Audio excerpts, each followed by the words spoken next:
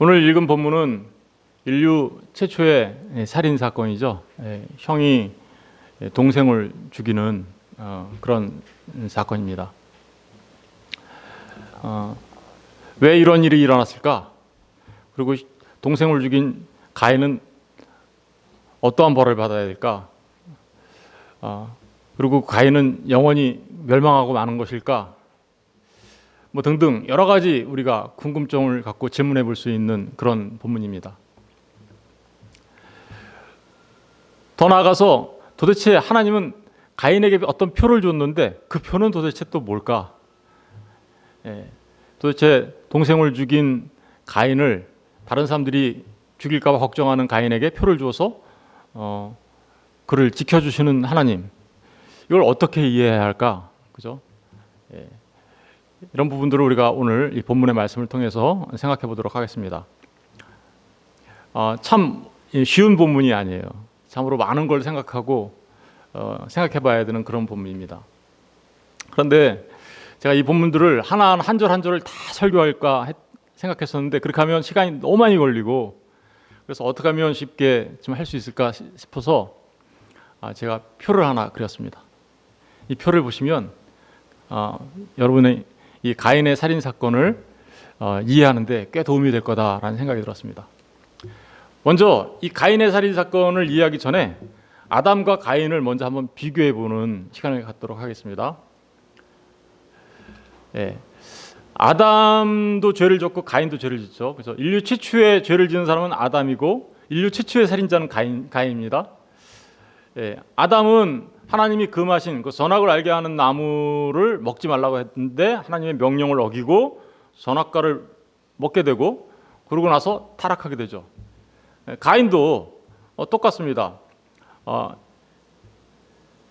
가인은 그 아담의 아들로서, 그죠? 부회로서 이제 인류 안에 죄가 들어오자 그 죄가 마침내 어떻게 해요? 열매를 맺는 삶을 살죠.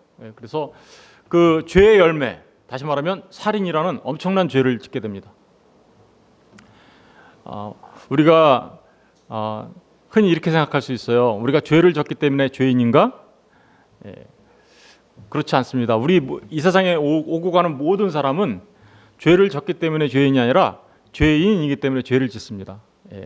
사과나무이기 때문에 사과 열매가 맺히는 거죠. 똑같습니다. 사과나무이기 때문에 사과가 맺히는 것처럼 죄인이기 때문에 죄를 짓는 거죠. 그래서 아담의 후예인 가인은 죄인이었기 때문에 그 죄가 이제 격발되어 나와 살인이라는 엄청난 일로 발전하게 되는 거죠. 그러한 타락한 아담과 가인에게 하나님이 찾아오셔서 신문합니다. 아담아, 동산 중앙에 있는 아담한테 네가 어디 있느냐라고 묻습니다. 가인에게도, 살인한 가인에게도 하나님이 똑같이 질문합니다. 네가 어디 있느냐? 무엇을 하였느냐? 이렇게 물어봅니다. 그죠? 똑같죠, 그죠? 그리고 그런 하나님의 질문에 아담은 핑계댑니다. 내가 벌거벗었으므로 두려워서 숨었나이다. 그랬더니 하나님이 이렇게 하죠. 내가 먹지 말란 거 네가 먹었느냐? 그랬더니 아담이 핑계를 대죠. 하나님이 주신 저 여자가 그 나무 열매를 내게 주므로 내가 먹었습니다. 핑계대죠. 가인도 똑같습니다. 네가 어디 있느냐? 무엇을 하였느냐라고 말하자 가인은 내가 내 아우를 지키는 자입니까? 라고 핑계를 대죠. 하나님이 아시죠? 하나님이 내 아우를 지키시는 분이지 내가 내 동생 지키는 자예요? 라고 하면서 핑계를 대는데 아담은 누구의 핑계를 대요? 얼뜻 보면 여자의 핑계를 대는 것 같지만 하나님이 주신 그 여자. 그리고 또 가인도 어때요? 얼뜻 보면 내 아우를 지키는 자가 아닌 것처럼 얘기하지만 누가 지켜야 된다고 얘기하고 있는 거예요? 하나님이 못 지키신 거지 내가 죽인 거 아니에요 라고 이런 식으로 이제 똑같이 얘기하죠. 그러자 하나님이 심판하십니다. 그래서 아담을 심판하실 때 어떻게 합니까? 땅이 저주를 받아서 가시와 엉겅퀴를 내죠. 그리고 에덴에서 추방당하게 됩니다. 가인은 어떻습니까? 땅에서 저주를 받아요. 땅에서 저주를 받아서 유리하는 자가 되죠. 유리하는 자가 되는 건 뭐예요? 방랑하고 방황하는 자가 된다. 거의 지금 똑같은 구조로 돼 있죠. 그렇죠? 이렇게 죄를 범하고 하나님의 심판을 받은 이 아담과 가인, 이들은 당연히 이제 멸망받아 마땅한 자들이에요. 그런데 아담에게 하나님께서 어떻게요? 무화과나무 잎으로 자신의 부끄러움을 가리려고 했던 아담에게 가죽옷을 입혀주죠. 마찬가지로 가인에게도 어떤 표를 주어서 죽음으로부터 보호해 줍니다. 그러니까 오늘 읽은 본문의 그 전체 가인에 관한 이 가인의 첫 번째 살인 사건과 관련된 이 본문은 아담의 이야기가 좀 더 어떻게 돼요? 죄가 확대되고, 그러나 그 심판도 보다 분명해지고, 그리고 어떻게 돼요? 구원에 관한 그 메시지도 보다 이제 구체화되는 그런 것들을 우리가 깨달아 알 수 있겠죠, 그죠? 그래서 하나님의 이 말씀은요, 그 점점 분명해지는 게 있어요. 점진적이고 반복적이에요. 그래서 이게 아담 얘기에서 한번 끝난 게 아니고 그게 점점 반복적으로 나오긴 하는데 점점 어떻게 돼요? 계시의 명료성이 점점 더해지는 거죠. 그래서 그런 부분들을 우리가 잘 생각하면서 성경을 읽으면 금방 이해할 수 있습니다. 이게 오늘 본문이 우리에게 주려고 하는 일종의 뭐랄까요? 제가 여러분들을 빨리 이해시키기 위해서 만든 표예요. 가이드라인을 먼저 말씀드리면 금방 이해할 수 있겠구나라는 생각이 들어서 만들었습니다. 이제 그러면 오늘 가인의 살인 사건, 그죠? 인류 최초의 살인 사건 속에서 가인이 어떻게 죄를 범했고, 왜 죄를 범했고, 왜 동생을 죽였고, 그리고 그런 일들을 통해서 어떻게 하나님께서 구원의 역사를 이루어 가시는지, 이런 부분들에 대해서 이제 좀 더 말씀을 한 절 한 절을 보면서 생각해 보도록 하겠습니다. 여러분, 가인이 몹시 분하여 안색이 변하니 여호와께서 가인에게 이르시되 내가 분하여 함은 어찌 됨이냐, 안색이 변함은 어찌 됨이냐. 가인이 분한 이유는 뭐였을까요? 우리 지난주에 다 이미 살펴본 바 있지만 가인과 아벨이 둘 다 하나님 앞에 세월이 흐른 후에 그 끝날에 하나님 앞에 섰습니다. 그래서 하나님 앞에 서서 하나님 앞에 예물을 드리고 제사를 드리죠. 하나님 앞에 선물을 드립니다. 예물이라는 게 선물이잖아요. 그런데 가인은 땅의 수산으로 드렸고, 그리고 아벨은 양의 첫 새끼와 기름으로 드렸죠. 그랬더니 하나님이 어떤 일이 있었습니까? 아벨의 제사는 하나님께서 기뻐 흠양하셨는데 가인의 제사는 어떻게 했다 그랬어요? 쳐다보시지도 않았다. 그죠? 쳐다보시지도 않았어요. 그러니까 그 일 때문에 지금 어떻게 된 거예요? 가인이 몹시 분하여. 자기는 사실은 어떻게 했어요? 최선을 다했거든요. 자기가 농사지은 그 땅에서 나온 그 소산물을 가지고 하나님 앞에, 사실은 가인은 하나님을 모르는 자도 아니고 하나님이 있다 없다 의심하는 자도 아니었어요. 그래서 하나님 앞에 잘해보려고 했던 자였어요. 그래서 최선을 다해서 예물을 준비했어요. 그랬는데 하나님이 어떻게요? 자기 동생 거는 기뻐 받으셨는데 자기의 것은 쳐다보지도 않으시니, 그래서 어떻게 해요? 몹시 분하여 안색이 변했다. 얼굴이 변한 거죠. 울그락불그락 했겠죠. 그죠? 네. 여호와께서 가인에게 이르시되 내가 분하여 하면 어찌 됨이냐, 안색이 변하면 어찌 됨이냐라고 이렇게 이제 물어보십니다. 그러면서 이렇게 얘기하죠. 내가 선을 행하면 어찌 낯을 들지 못하겠느냐? 선을 행하지 아니하면 죄가 문에 엎드려 있느니라. 너는 죄를 다스릴지니라. 여러분, 여기 이 말씀을 보면 내가 선을 행하면 이란 말을, 선을 행하면 네가 떳떳할 텐데 네가 떳떳하지 못한 이유는 선을 행하지 않았기 때문에 그런 거야. 그렇기 때문에 네가 죄가 문에 엎드려 있느니라. 너는 그래서 죄를 다스려야 된다. 이렇게 얘기하시는데, 얼핏 보면 이게 가인이 아주 나쁜 놈인가? 도덕적 윤리적으로 아주 나쁜 사람인가? 이런 생각이 들어요.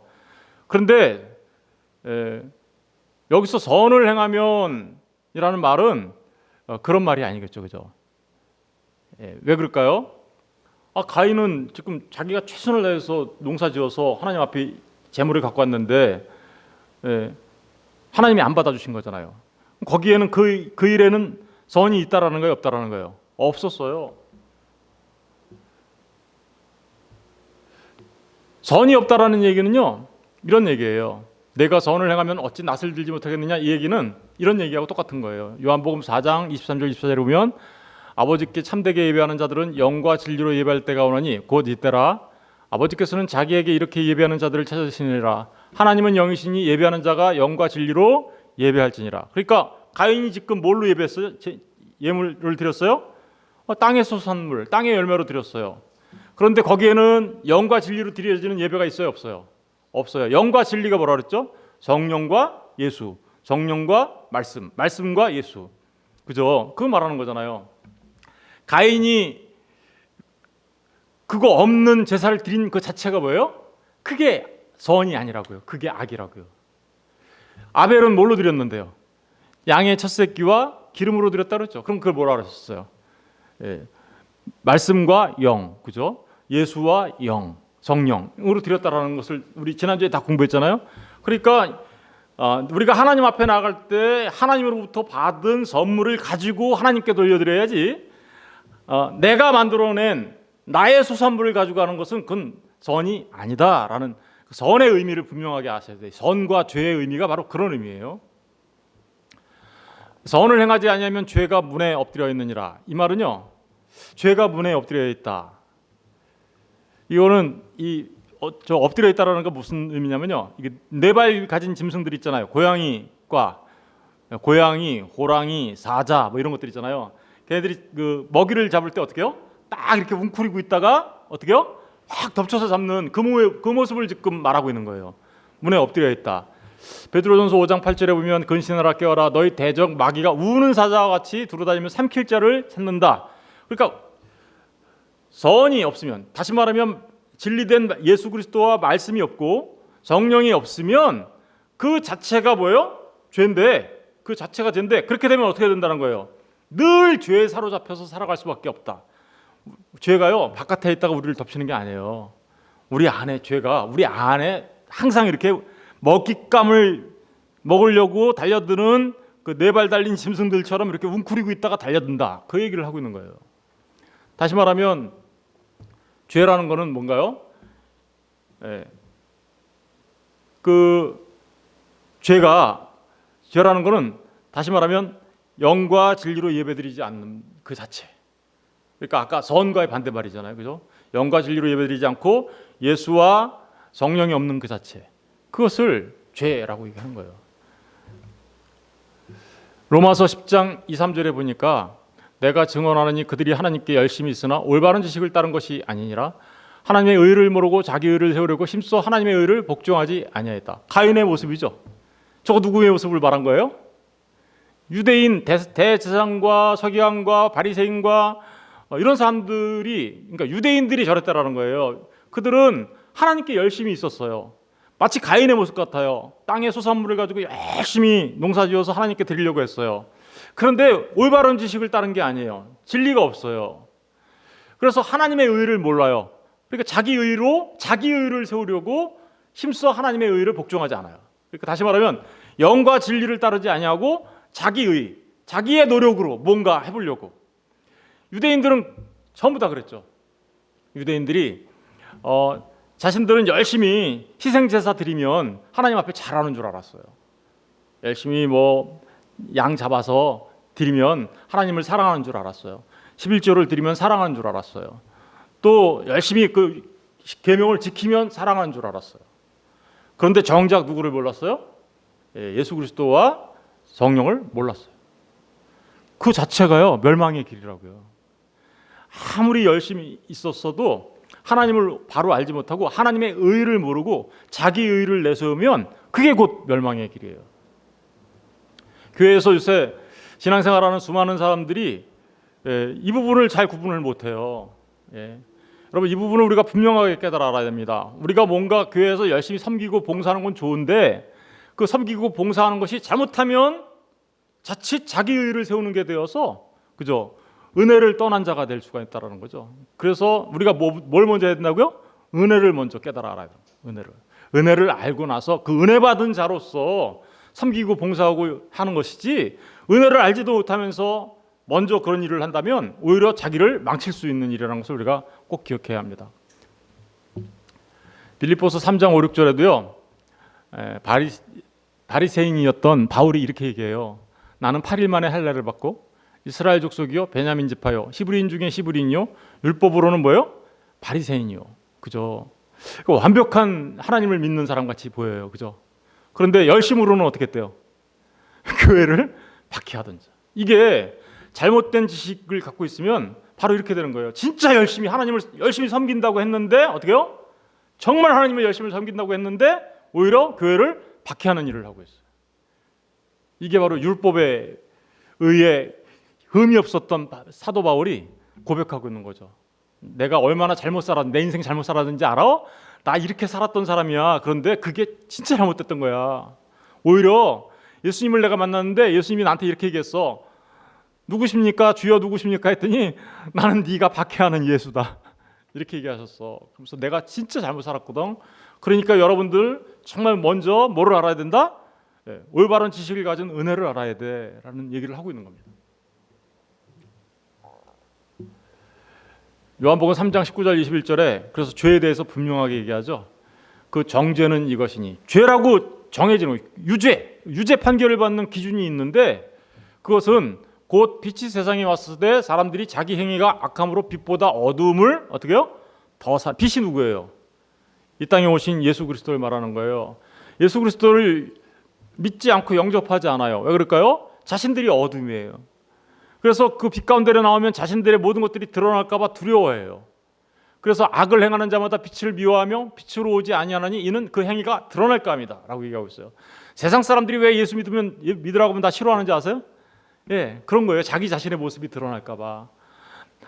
교회 오니까 자꾸만 죄인이라 그래. 난 내가 무슨 죄를 졌다 그래. 나는 착하게 살았어 여태까지 누구보다도. 그런데 자꾸만 죄인이라고 하니까 기분이 나빠. 그러니까 교회 가기 싫어. 예. 그래서 안 나오는 거예요. 그런데 그 자체가 뭐냐? 그 자체가 유죄예요. 21절 진리를 쫓는 자는 빛으로 오나니 이는 그 행위가 하나님 앞에서 행한 것임을 나타내려 합니다. 여러분 여기서 진리를 쫓는 자는 빛으로 와요. 근데 왜 그러냐면요. 내가 내 행위로서 구원받는 게 아니라 하나님의 안에서 행한 것. 이게 뭐예요? 하나님 안에서 행한 것을 다시 말하면 뭐라고 하는 거예요? 은혜 받아 사는 자들의 삶이라고 말할 수 있겠죠. 그러니까 진짜 하나님께서 받으시는 예배를 드리고 제사를 드리는 자들은 바로 그 빛으로 나오는 자들입니다.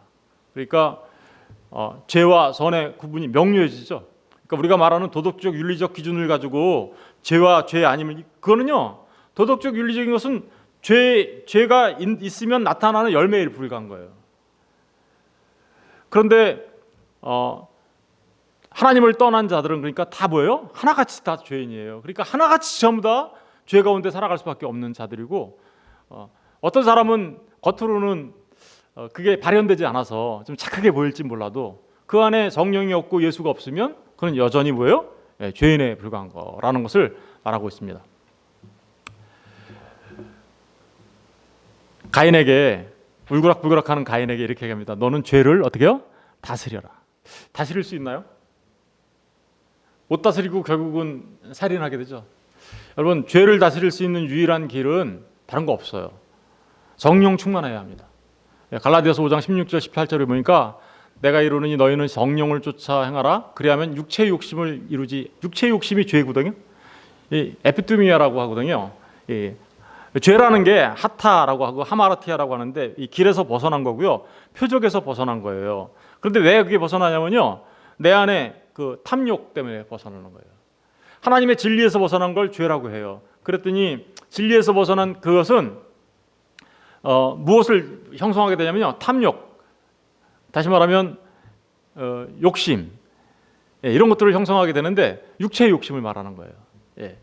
육체의 소욕은 성령을 거스리고 성령의 소욕은 육체를 거스리나니 이 둘이 서로 대적함으로 너희의 원하는 것을 하지 못하게 하려 합니다. 그러니까 보세요. 우리 안에는 육체의 소욕이 있고 성령의 소욕이 있어요. 그럼 죄를 다스리려면 어떻게 해야 되나요? 육체의 소욕이 우리를 죄 가운데로 끌고 가요. 그러면 이 육체의 소욕에 지배받는 다음에 우리는 늘 죄 가운데 살아갈 수밖에 없죠. 죄를 다스릴 수가 없습니다. 그런데 성령은 어떻게 해요? 그를 거스린대요. 그죠? 그 죄로 우리를 끌어가는 육체를 거스린다. 그럼 결국은 성령님이 어떻게 하신다는 거예요? 우리를 하여금 죄를 다스릴 수 있도록 하시는 분이 성령님이라는 것을 말해주고 있는 거죠. 성령의 소욕은 육체를 거스리나니 이 둘이 서로 대적함으로 너희의 원하는 것을 하지 못하게 하려 합니다. 너희가 만일 성령의 인도하는 바가 되면 율법 아래 있지 아니하리라. 그러니까 성령으로 인도받는 사람만이 그 율법이 행하는 말하고 있는 그 죄에 빠지지 않고 그 죄를 다스릴 수 있는 사람이 될 수 있어. 그런데 가인은 어땠습니까? 지금 예수님도 몰라요. 진리도 없어요. 또 뭐도 없어요. 영도 없어요. 그러니 어떻게 되겠어요? 죄를 다스릴 수 있었겠습니까? 하나님이 제사를 안 받아주시자 그 제사를 안 받아주시는 이유를 어떻게 생각한 거냐면 아벨 너 때문이지. 너 때문에 나 이거 안 받아준 거지. 이렇게 생각하는 거죠. 그러니까 누가 없어져야 돼요? 아벨이 없어져야 돼. 그러면 내가 하나님한테 사랑받을 텐데. 그래서 울그락불그락한 그 가인은 이제 아벨을 죽이게 되죠. 에베소서 6장 10절 11절에도 그래서 죄를 다스리려면 이렇게 하라고 그러죠. 오늘날 우리 성도들이 죄를 다스리는 유일한 길은 하나님의 전신갑주를 입는 일입니다.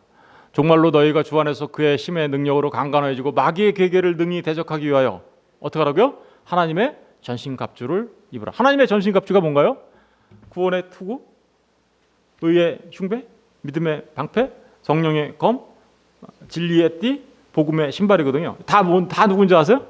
처음부터 끝까지 예수님이에요. 이게 구원도 누가 하세요? 예수님이 하시죠. 의를 갖다 주신 분이 누구예요? 예수님이죠.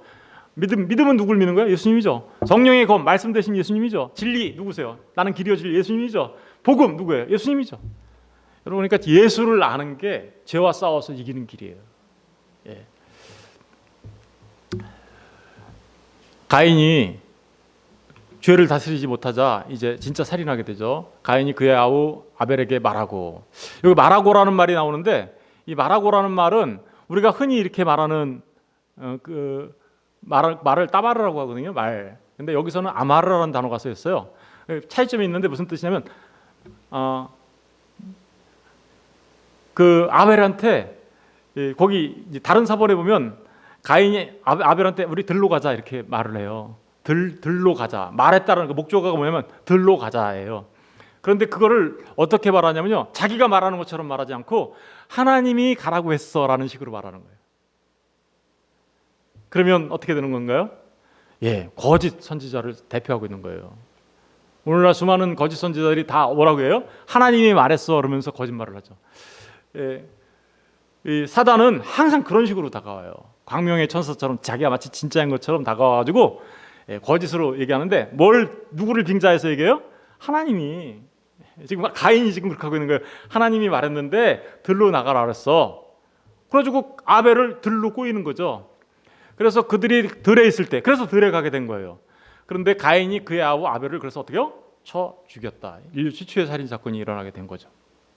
그러니까 인류 최초의 살인 사건은 아주 의도적인 살인 사건이죠. 목적을 가지고, 그죠? 예, 그러니까 우발적인 살인 사건이 아니라 정말 일부러 지은 살인 사건이에요. 이게 바로 뭐예요? 선악과 따먹은 아담의 후예들의 모습이에요. 가인 그러니까 이 나쁜 놈, 이런 나쁜 짓을 하다니 그게 우리라니까요. 그게 저와 여러분이에요. 가인의 후예. 우리도 똑같아요. 우리도 선악과 먹은 하나님 앞에 반역한 아담의 후예잖아요. 요한일서 3장 2절에 보니까 가인이 그렇게 동생을 죽인 거는 그 이유가 나오죠. 살인의 동기가 뭐냐 볼까요? 가인같이 하지 말라. 그는 악한 자에게 속하여 그 아우를 어떻게 해요? 죽였다. 그는 원래 악한 자에게 속했다 그러죠. 어떤 이유로 죽였느냐? 자기의 행위는 악하고, 그죠? 이유가 나오죠, 그죠? 행위가 악해요. 악하다는 게 뭐라 그랬어요, 아까? 예, 진리가 없어요. 바른 말씀이 없어요. 예수가 없어요. 성령이 없어요. 자기 행위는 악하고 그의 아우의 행위는 의로움이다. 아우는 뭐 때문에 의로웠죠? 예, 양의 첫 새끼와 기름으로 드렸다는 얘기는 그는 하나님의 구속에 관한 얘기를 알고 있었고 믿음으로 구원받는 은혜를 알고 있었던 거죠. 바로 이게 선과 악의 문제예요. 그러니까 그것을 하나님을 두려워하지 않죠. 가인은 그러니까 이제 그렇겠죠. 왜 그럴까요? 진리도 몰라, 성령도 없어. 그러니까 하나님을 두려워하지 않아요. 그러니까 그 행위가 악한 자였기 때문에 악한 행위로 나타난 거예요. 하나님께서 이제 가인에게 와서 신문합니다. 여호와께서 가인에게 이르시되 내 아우 아벨이 어디 있느냐. 이거 아담한테 한 얘기하고 똑같잖아요. 아담아 네가 어디 있느냐. 타락한 아담한테. 그죠? 그가 이르되 내가 알지 못하나이다. 내가 내 아우를 지키는 자니까 아담이 내가 두려워서 숨었나이다. 그러면서 네가 그거 먹었니? 그랬더니 여자가 주워서 먹었다고. 그런 핑계 대는 것 같이 조금 똑같이 핑계를 대고 있죠. 사실은 네가 그걸 먹었느냐, 네가 어디 있느냐라는 하나님의 말씀은 무엇을 담고 있어요? 빨리 너의 잘못을 깨달아 알고 하나님 앞에 자복하고 회개하고 돌아와라는 의미가 그 안에 포함되어 있는데 오히려 뻔뻔하게 뭐라고 하고 있어요? 내가 내 아우를 지키는 자입니까? 라고 하면서 하나님이 아시니까 하나님이 지키셔야지 왜 나한테 지키라고 하세요? 라는 그런 의미가 들어가 있는 거죠. 너무나도 뻔뻔하게도. 그죠?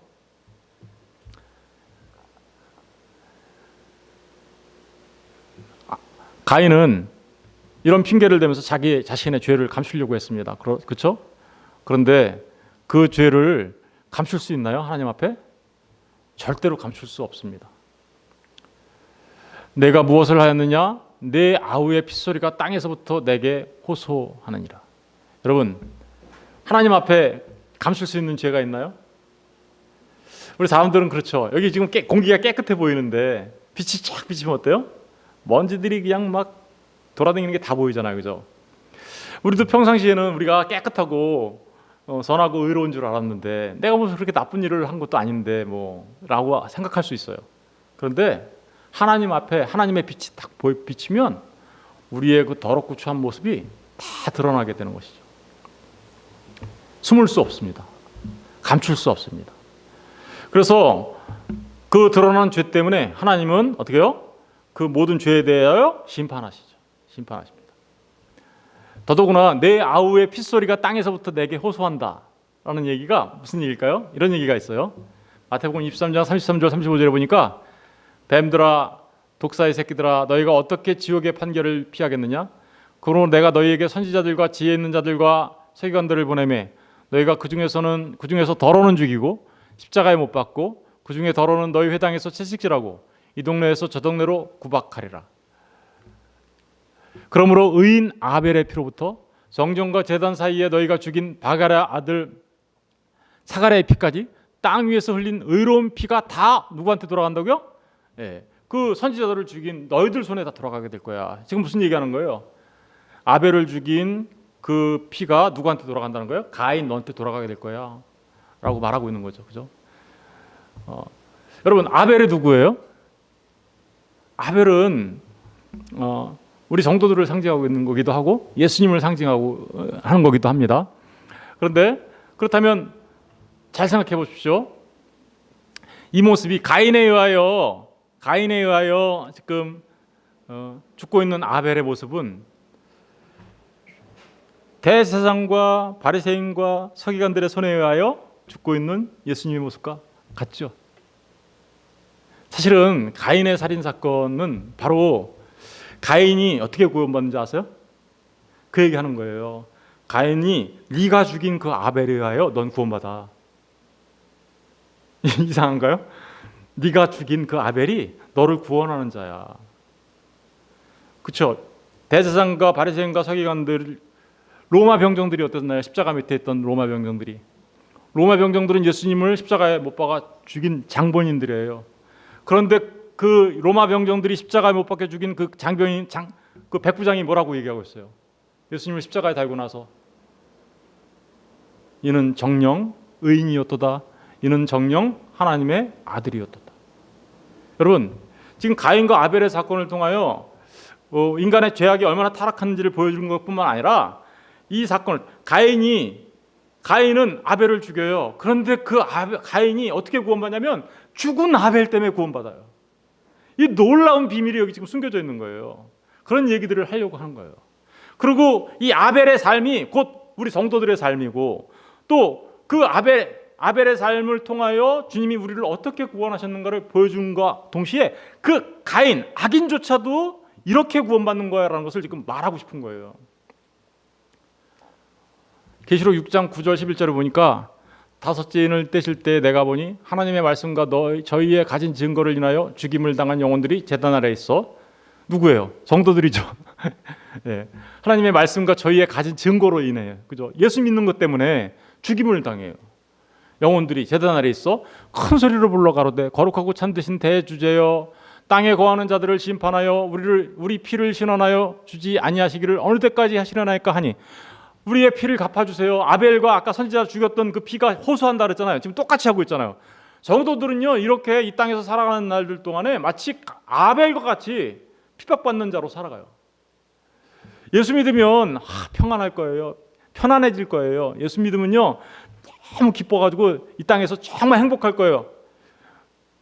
정말 그렇게 되기 바라지만 그런 일이, 성경은 그런 말을 가르치지 않아요. 예수 믿으면 오히려 이렇게 정말 그 말씀과 진리를 가진 것 때문에 고난당하는 삶을 산다. 시험당하는 삶을 살고. 그런데 그 고난당하고 시험당하는 삶이 곧 영생이야. 이렇게 얘기해요. 오늘날 많은 사람들이 예수 믿으면 이 땅에서 떵떵거리고 살 것처럼 얘기를 해요. 그렇지 않습니다. 오히려 저런 죽임을 당한 영혼들이 제단 아래에 있다고 하잖아요. 그러면서 언제 이거 갚아주실 거예요, 하나님? 언제 갚아주실 거예요? 하면서 얘기하잖아요. 이게 바로 우리 성도들의 삶의 모습이에요. 누구의 모습을 닮았어요? 그러니까 고난당하고 십자가 달리신 주님의 모습을 닮아있죠. 이게 바로 성도들의 삶의 모습이에요. 각각 저희에게 흰 두루마기를 주시며 가라사대, 흰 두루마기를 주시며 가라사대, 아직 잠시 동안 쉬되 저희 동무 종들과 형제들도 자기처럼 죽임을 받아. 아직도 여기 지금, 그죠? 안 죽은 사람들 많이 있다라는 거죠. 성도로서 이 땅에서 살아가는 사람들, 그 수가 차기까지 하라. 그러니까 많은 사람들이 더 하나님 예수님 앞으로 돌아올 때까지 그 모든, 주님이 이 땅에 오셔서 모든 것을 심판하시고 그 모든 원수들을 물리쳐 주시는 그 일은 조금 유보되어 있다. 그 기간 동안에 우리가 어떻게 하고 있는 거예요? 그런 고난을 당하면서 살아갈 수밖에 없다라는 것을 지금 말하고 있는 거죠. 로마서 12장 17절 21절에 보니까, 그래서 이 땅에서 살아가는 사람들은 고난을 당하는 삶을 살아요. 근데 그 고난을 당하는 삶은 어떤 삶이냐? 사실은 누군가가 우리를 막 공격해대면 갖고 싶잖아요. 안 갖고 싶으세요? 네가 나 한 대 때리면 난 2대 때릴 거야, 이러면서 그렇게 하고 싶은 게 우리 심성이고 우리의 마음이에요. 그런데 이 땅에서 살아가는 모든 그리스도인들은 그렇게 살면 안 된다라고 말하고 있어요. 로마서 12장 17절 21절에 보면 아무에게도 악으로 악을 갚지 말고 모든 사람 앞에서 선한 일을 도모하라. 할 수 있었던 너희로서는 모든 사람으로 더불어 평화하라. 여러분, 여기 모든 사람이라는 얘기가 내가 좋아하는 사람들과만 평화하라는 말이 아니죠. 이 원수들과도 평화하라는 거예요. 진짜 정말 꼴보기 싫은 사람들이, 나를 괴롭히는 사람들이 원수 같은 사람이라 할지라도 가능한 한 그들과 평화하라라는 게 하나님의 말씀의 가르침이에요. 14절 19절 보면 내 사랑하는 자들아 너희가 친히 원수를 갚지 말고 진노하심에 맡기라. 기록되었을 때 원수 갚는 것이 내게 있으니 누구한테 있다고요? 하나님한테 있다라는 거죠. 내가 갚으리라고 주께서 말씀하시니라. 그러니까 이렇게 하라는 거예요. 내 원수가 줄이거든 이거 할 수 있나요? 먹이고 목마르거든 마시우라. 그리함으로 내가 숯불을 그 머리에 쌓아 놓으리라. 악에게 지지 말고 선으로 악을 이기라. 이거 누가 하신 거예요? 여러분, 우리가 저렇게 살아야 되지만 저희를 완벽하게 이루신 분은 예수님 한 분밖에 없으세요. 예수님 얘기하시는 거예요. 그럼에도 불구하고 우리한테 지금 그렇게 살으라고 얘기하고 있죠. 그래서 성도들이 이 세상에서 살아가는 건 고난입니다. 그렇죠? 그래서 고난이에요. 원수한테 먹을 거 주고 목마를 때 마실 거 주고 그 자체가 고난이라니까요. 꼭 기억하십시오. 악에게 지지 말고 선으로 악을 이기라는 이 말을, 선이 누구예요? 우리 주 예수 그리스도, 그죠? 내 안에 있는 성령, 성령 충만함을 통해서 그 진리로 어떻게요? 우리의 죄악들을 이겨나가라고 말하고 있습니다. 동생 아벨을 죽인 가인은 하나님 앞에 심판을 받습니다. 땅이 그 입을 벌려 내 손에서부터 내 아우의 피를 받았은즉 내가 땅에서 저주를 받으리니. 아담 자체가 저주받은 건 아니었죠. 땅이 저주를 받았죠. 그래서 땅이 가시가 엉겅퀴 나는데 예, 이제 이 가인은 어떻게 돼요? 땅에서 저주를 받아요. 누가 저주받은 거예요? 가인이. 그러니까 이게 죄의 심각성이 더 커지고 책임도 점점 커지는 모습을 보겠죠. 그러나 원리는 같아요, 그죠? 그런데 내가 밭을 갈아도 땅이 다시는 그 효력을 내게 주지 아니할 것이요. 너는 땅에서 피하며 뭐가 된다고요? 유리방황하는 자가 될 거다. 여기 보면 밭을 갈아도 땅이 다시는 그 효력을 내게 주지 않는다라는 얘기가, 이 효력을 주지 않는다. 여러분, 효력을 주지 않는다는 얘기는 땅에서 어떻게 돼요? 소산물이 온전하게 나오지 않는다라는 뜻이겠죠. 여러분, 땅에서 농사꾼으로 땅을 기경하여서 그 열매를 하나님 앞에 드리며 살았던 가인에게는 땅이 효력을 발휘하지 않는다라는 것은 엄청난 저주인 거예요. 그죠? 그런데 이 얘기는요, 꼭 그러한 우리의 삶 속에서 나타나는 어떤 현상들만을 말하는 것은 아니에요. 저것은 어떤 영적인 내용을 포함하고 있어요. 어떤 영적인 내용을 포함하고 있을까요? 땅이 다시는 그 효력을 내지 않는다. 효력을 내지 않는다는 말이 이런 말이에요. 더 이상 능력을 발휘하지 못한다. 여러분, 우리 엄청난 능력을 갖고 있다가 능력을 발휘하지 못한 사람이 있어요. 누구일까요? 우리 잘 알고 있는 삼손 기억하시나요? 예. 삼손이 엄청난 능력을 갖고 있었죠. 그런데 그 능력을 발휘하지 못하죠. 예. 발휘하지 못하는 이유가 뭐였나요? 머리가 잘렸어요. 예. 머리가 길었었는데 머리가 잘리면 힘이 없어지나요? 그럼 머리 긴 사람은 다 힘이 세나요? 그런 건 아니겠죠, 그죠? 그럼 여자들이 남자보다 다 힘 세야 될 거 아니에요. 머리가 기니까. 그런 의미가 아니라 머리가 없어서 힘을 못 썼다는 얘기는 누가 떠났다라는 거예요? 하나님이, 삼손과 함께했던 하나님이 떠나셨다라는 거예요. 성령님이 떠나셨다라는 거예요. 다시 말하면 은혜가 없다라는 뜻이에요. 땅이 그 효력을 잃어버렸다는 얘기는 가인에게는 그런 은혜가 없는, 하나님을 떠난 자로서 이렇게 살아갈 수밖에 없는 자가 되었고, 그 바람에 유리방황하는 자가 된다. 유리방황하는 자가 뭐예요? 뭐가 진리인지 뭐가 거짓인지 구분하지 못하고 방황하며 살아가는 자, 어둠 가운데 사로잡혀가지고 어디로 가야 할 바를 알지 못하는 자. 사실은 가인은요, 유리방황하지 않아요. 다음 주에 우리 공부할 때 보면 알겠지만 그는 노 땅에 정착해요. 유리방황하지 않아요. 거기서 정착해가지고 뭐 하냐면 성도 쌓아요. 자식도 낳아요. 그래서 에녹 성도 쌓죠. 성을 쌓아요. 유리방황하지 않는다니까요. 그런데 왜 유리방황한다고 할까요? 그것은 영적으로 그가 깜깜한 상태에서 방황하는 자가 될 것이다라는 것을 말하고 있는 거죠. 지금 그런, 결국은 더 나아가서 이런 이 하나님을 떠난 모든 인생은 이제 정말 뭐 하는 거예요? 그냥 나그네 인생이라는 거예요. 그냥 어디로 가야 될지도 모르는, 목적지 없이 흘러가는 나그네와 같은 존재. 그런데 그런 심판에 대하여 가인이 하나님한테 항변합니다. 13절 보니까 가인이 여호와께 아뢰되 내 재벌이 지기가 너무 어떻게요? 무거우니이다. 이게 무슨 얘기예요? 하나님, 내가 동생 하나 죽였다고 이렇게 엄한 벌을 저한테 내리시는 건가요? 하고 지금 뭐 하는 거예요? 따져요. 자기 죄를 몰라요. 그런데 사실은 저 얘기는 더 큰 의미도 있어요. 무슨 얘기냐면요, 하나님, 내 죄벌이 너무 무거워서 내 스스로는 이 죄벌이라고 그래요. 죄가 커서가 아니라 죄의 벌, 그렇죠? 죄벌, 하나님께서 주시는 그 벌이 너무 커서 내가 감당할 수 없어요, 이런 뜻이거든요. 내 스스로는 이거 해결할 수 없어요라는 얘기예요. 그러면서 주께서 오늘 이 지면에서 나를 쫓아내신즉 내가 주의 낯을 배웁지 못하리니 내가 땅에서 피하며 유리하는 자가 될지라 무릇 나를 만나는 자마다 나를 죽이겠나이다. 그러면서 이런 얘기하죠.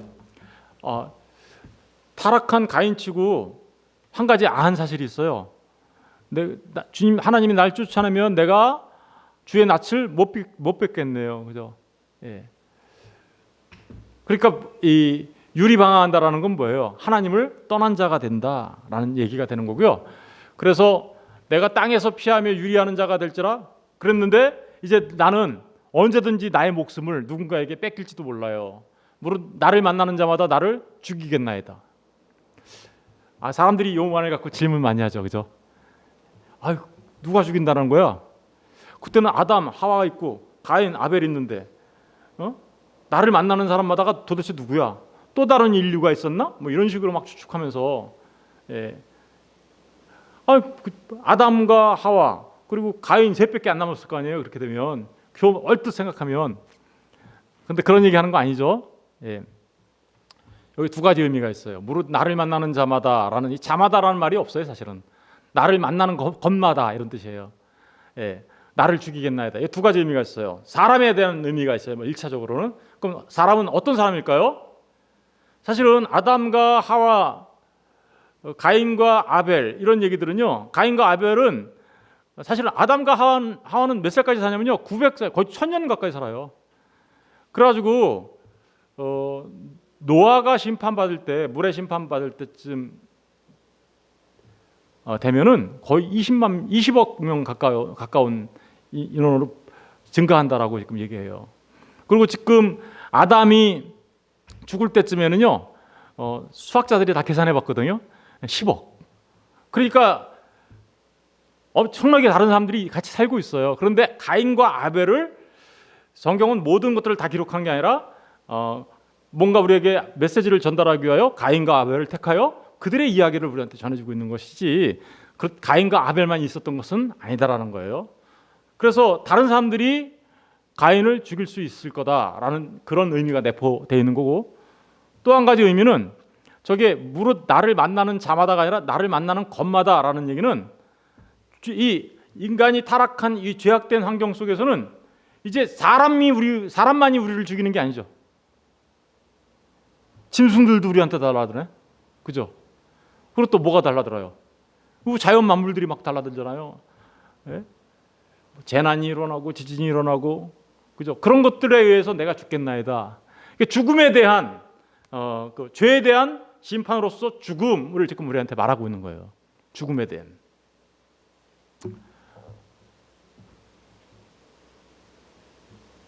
이렇게 내가 그래서 죽겠나이다. 지금 가인이 뭐를 하고 있어요? 하나님을 떠나면 내가 죽겠나이다 라는 것을 말하고 있어요. 그러자 하나님이 뭐라고 얘기합니까? 가인에게 이렇게 얘기합니다.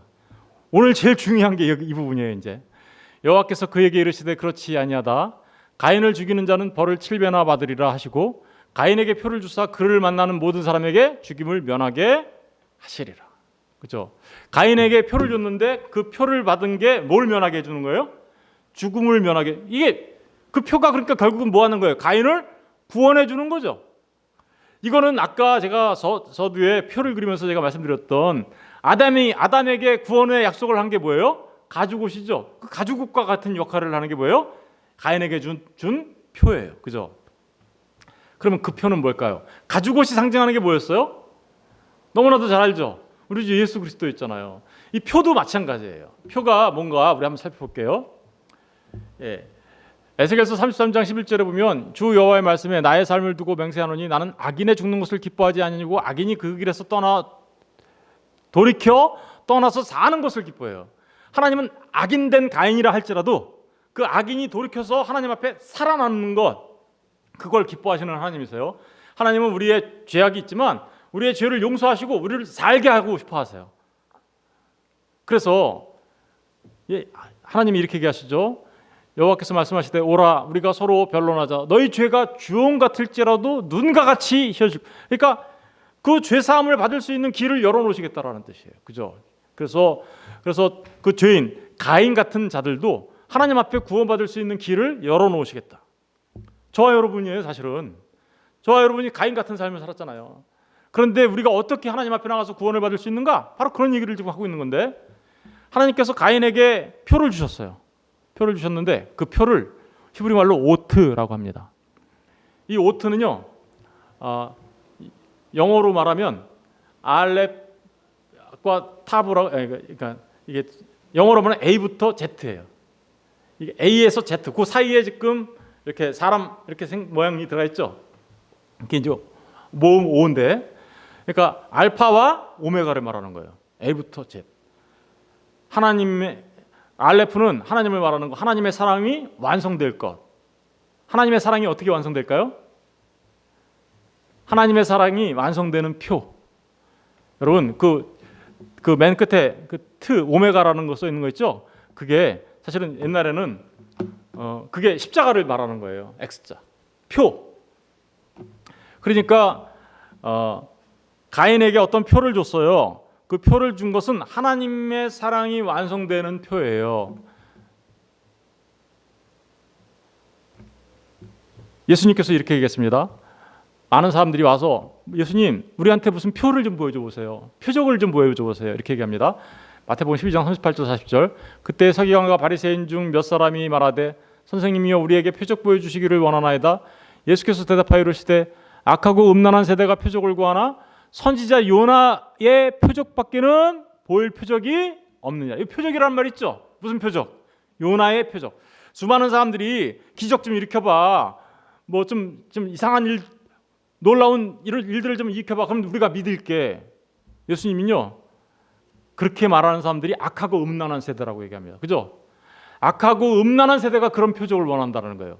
그러면서 예수님께서 주시는 표적은 뭐라요? 선지자 요나의 표적밖에 줄 게 없어 라고 얘기하죠. 그럼 선지자 요나의 표적은 뭔가요? 요나가 3일 동안 큰 물고기 뱃속에 들어갔다가 나와서 그 니느웨에 가서 복음을 전하는 거, 3일 동안 죽고 다시 사는 그 얘기.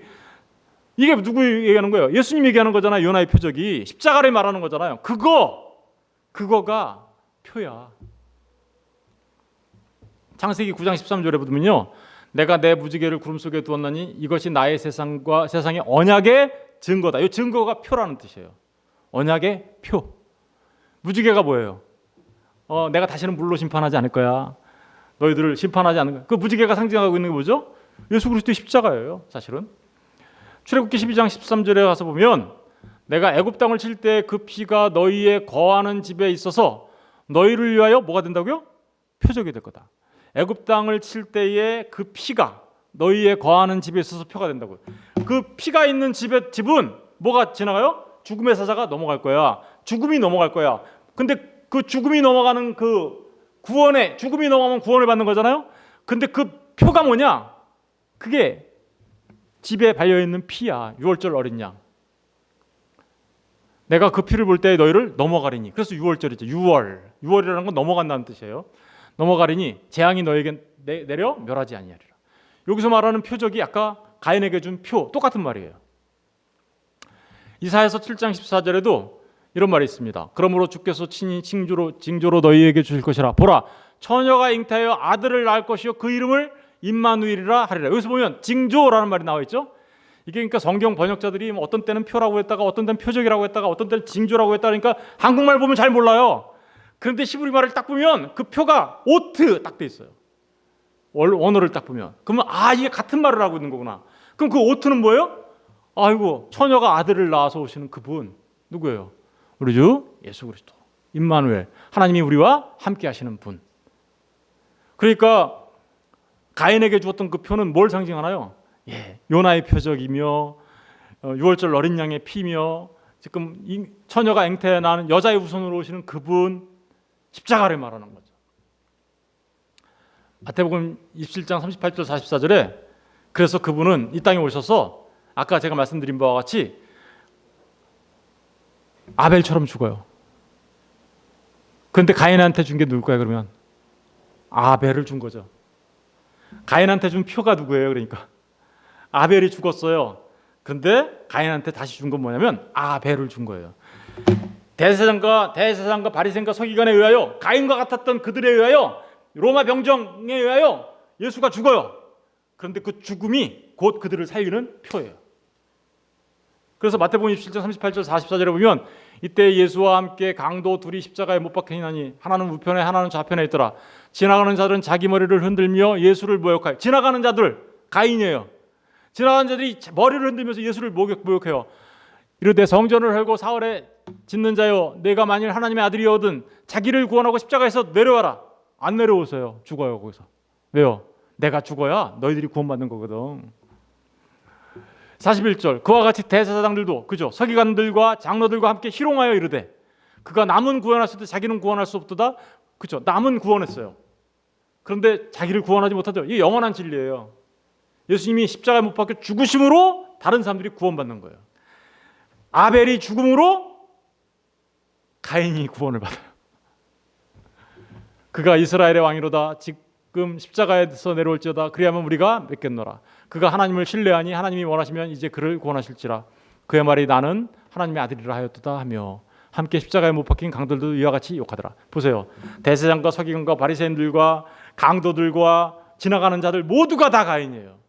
그리고 그 밑에 있었던 백부장과 로마 병정들도 다 가인이에요. 그런데 십자가에 달려 죽으신 그 예수 때문에, 아벨 때문에 어떻게 돼요? 그들이 예수를 믿으면 어떻게 돼요? 구원을 받는 자가 되는 거예요. 그 표를 받으면. 그러니까 사실은 가인이 받은 표는 뭐였어요? 아벨이었답니다. 아벨이었어요. 아벨은 누구를 상징하는 거였어요? 우리 주 예수. 그렇게 아벨은 허무하게 죽은 것 같았지만 우리에게 생명을 가져오는 분이었다라는 것을 말해주고 있습니다. 계시록 14장 1절에 보니까 또 내가 보니 보라 어린 양이 시온산에 섰고 그와 함께 14만 4천이 섰는데 이마에 어린 양의 이름과 그 아버지의 이름을 쓴 여기에요. 우리가 다 표를 받아요. 누구의 표를 받았어요? 어린 양의 이름의 표를 받아요. 아버지의 이름의 표를 받아요. 그래서 모든 가인이었지만 어린 양의 이름과 아버지의 이름의 표를 받은 자들은 그들은 뭐 하는 자들이에요? 구원받은 하나님의 백성이라는 것을 말하고 있는 겁니다. 계시록 22장 3, 4절에도 이렇게 나오죠. 다시 저주가 없으며 하나님과 그 어린 양의 보좌가 그 가운데 있으리니 그의 종들이 그를 섬기며 그의 얼굴을 볼 터이요 그의 이름도 저희 어디에 있어요? 이마에 있더라. 누구의 이름이? 예수의 이름이. 그러니까 구원 저기가 어디냐면요 새하늘과 새 땅을 말하는 거예요. 다시 저주가 없는 곳. 그 하나님 나라 거룩한 성 예루살렘을 말하는 거예요. 거기에 있는 모든 사람들은 그의 이름이 이마에 있어요. 표를 받은 자들이죠. 그러니까 잘 생각해 보세요. 가인이 아벨을 죽였어요. 그런데 가인이 어떻게 구원받아요? 그 죽은 예수 아벨 때문에 구원받게 돼요. 그죠? 오히려 거꾸로 놀라운 역설이 숨겨져 있죠. 그런데 아벨이 그 표를 받고 살아가요. 그게 바로 저와 여러분이죠. 우리도 예수의 표를 받아서 예수님 때문에 예수의 그 십자가의 표 때문에 산자가 되어 살아가게 되는 거죠. 그리고 우리는 우리 이마에 그래서 우리 누구라고 그래요? 우리를 예수라고 한다니까요. 네가 예수야. 그러니까 너 어떻게 살아야 돼? 이제 예수로 살아야 되는 거야. 예수로 살아야 돼. 네가 예수로 살지 않으면 넌 예수 아니야. 이런 얘기하는 거예요. 그러니까 여러분 보십시오. 그 가인의 표를 받은 사람들, 다시 말하면 예수님의 십자가의 표를 받은 사람들, 그들은 전부 다 이제 작은 예수로 이 땅에서 살아가야 함을 말하고 있습니다. 저와 여러분이 이제 그 표를 받은 자로서 정말 예수로 사시는 하나님의 백성들 다 되시기를 주의 이름으로 축원드립니다.